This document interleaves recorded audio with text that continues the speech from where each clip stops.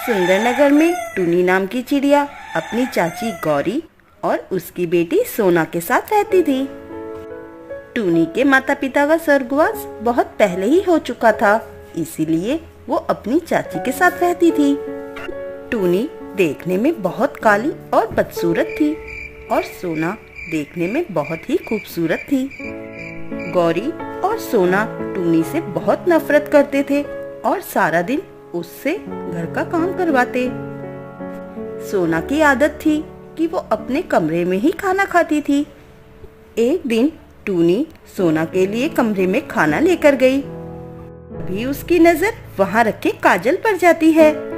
टूनी काजल को उठाकर देखने लगती है और सोना से बोलती है, अरे सोना, ये काजल तो देखने में बहुत ही सुंदर लग रहा है। सोना जैसे ही देखती है कि टूनी के हाथ में उसका काजल है, वो गुस्से से लाल हो जाती है। मैंने कितनी बार कहा है, मेरे किसी भी सामान को हाथ मत लगाया कर। तुझे एक बार में बात समझ नहीं आती क्या? मैंने पहले भी तुझे कितनी बार टोका है, लगता है तू ऐसे नहीं मानेगी। आज तुझे सबक सिखाना ही पड़ेगा। लेकिन मैंने तो बस इसे हाथ में पकड़ा ही है, और अगर पकड़ने से ही ये खराब हो जाता है तो तुम इसका इस्तेमाल कैसे करती हो? देख टूनी, मुझे तुझसे कोई बहस नहीं करनी है। तू यहाँ से चली जा, वरना अभी मम्मी को बुलाकर तेरी पिटाई करवा दूंगी। टूनी और सोना की बहस सुनकर गौरी भी वहाँ चली आती है। क्या हुआ मेरी बेटी, तू इतना गुस्सा क्यों कर रही है? माँ देखो ना, ये टूनी यहाँ बैठकर मेरा काजल टच कर रही थी। मैंने जब इसको बोला कि ये काजल ब्रांडेड है और अच्छा है, एक बार तू भी लगा कर देख, तुझ पर भी अच्छा लगेगा, तो ये मेरे से जुबान लड़ाने लगी और ऊपर से मुझे धमकी दे रही थी, मेरा इतना महंगा काजल तोड़ देगी। ये सुनकर गौरी को टूनी पर बहुत गुस्सा आता है और वो टूनी की कोई भी बात सुनने से पहले उसे एक जोरदार तमाचा लगा देती है। क्यों री, तेरी हिम्मत कैसे हुई मेरी बेटी से इस तरह बात करने की? एक तो वो तेरे साथ प्यार से पेश आ रही थी और तू उसे धमकी दे रही थी। लगता है तेरी जबान काटनी पड़ेगी। अब तेरी सजा ये है कि आज से तुझे इस घर में कोई खाना नहीं मिलेगा। बाहर जा, पैसे कमा कर ला, तभी तुझे खाना मिलेगा। लेकिन चाची, सोना ने जो आपको बताया वो सब झूठ है। मैंने ऐसा कुछ नहीं बोला है, और मैं पैसे कहाँ से लाऊंगी? वो सब मुझे नहीं पता। पैसे कमा कर लाओ, वरना मैं तुझे खाना नहीं दूंगी। गौरी की बात सुनकर टूनी अपने कमरे में जाकर रोने लगती है। उस रात गौरी ने टूनी को खाने के लिए कुछ भी नहीं दिया। टूनी को बहुत भूख लग रही थी, लेकिन उसके पास खाने के लिए कुछ भी नहीं होता। वो बस पानी पीकर ही अपना गुजारा करती है और सो जाती है। अगली सुबह टूनी उठती है और सोचती है, रात को भी मैंने कुछ नहीं खाया और अभी भी मुझे बहुत भूख लग रही है, लेकिन मुझे पता है चाची मुझे कुछ भी खाने के लिए नहीं देगी, इसीलिए कैसे भी करके मुझे पैसे कमाने ही होंगे। मैं एक काम करती हूँ, जंगल से लकड़ियाँ काट लूंगी और लकड़ियों को बेचकर जो पैसे आएंगे उससे मैं खाना खा लूंगी। इतना सोचकर टूनी जंगल में जाती है और लकड़ियाँ काटने लगती है। लकड़ियाँ काटकर वो बाजार में बेचने लगती है। पहले दिन टूनी की सारी लकड़ियाँ बिक जाती है और उन पैसों से टूनी खाना खरीद कर खा लेती है। अब ऐसे ही कुछ दिन बीत गए। टूनी रोज लकड़ी काटकर बेचने के लिए बाजार में जाती और अपने खर्चे खुद उठाती। एक दिन टूनी जंगल में लकड़ियाँ काट रही थी, तभी अचानक उसे एक आवाज सुनाई देती है।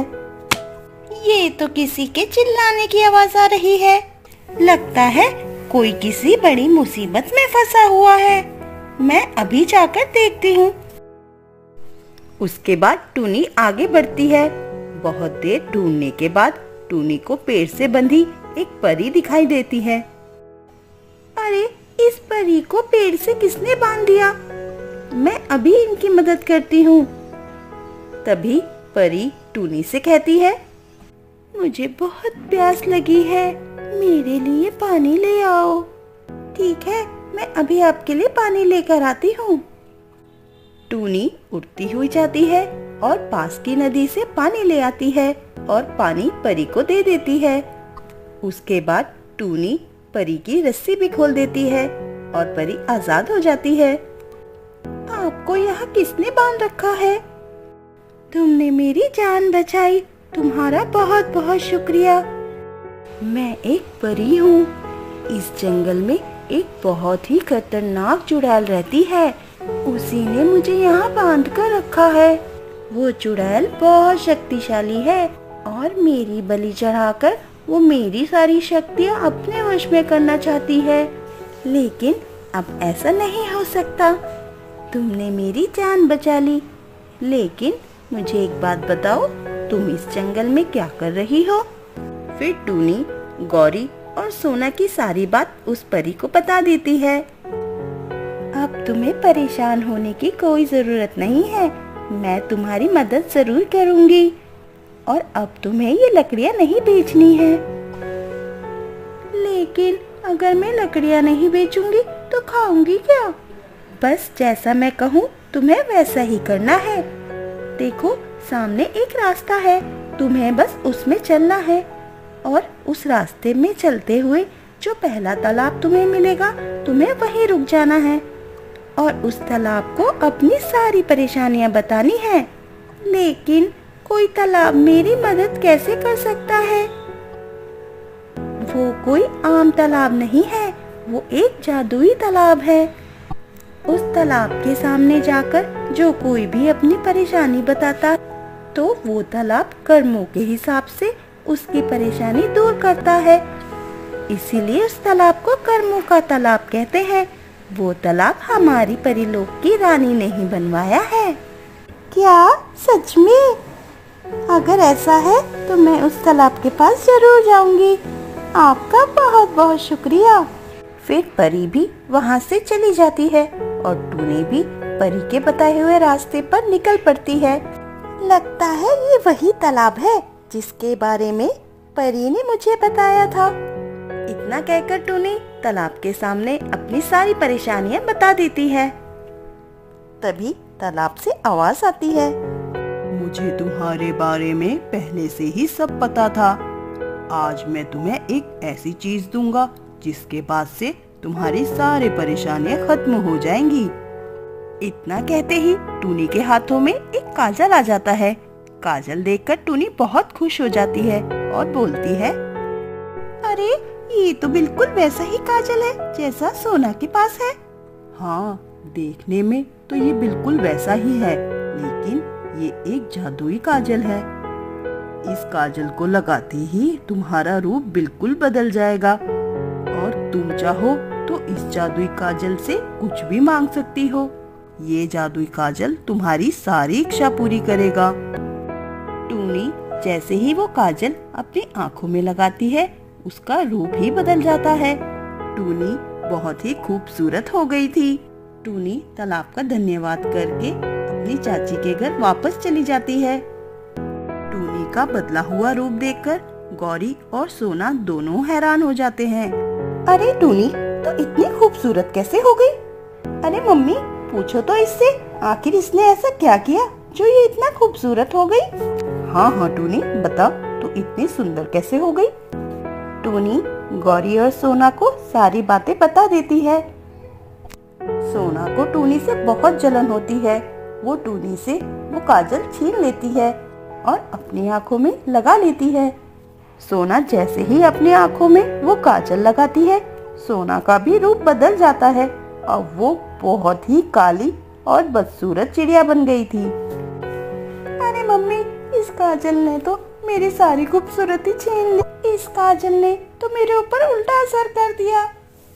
फिर गौरी वो काजल सोना से लेकर टूनी को वापस कर देती है। ये पकड़ अपना काजल, इस काजल की वजह से मेरी बेटी का सारा रंग रूप छीन गया।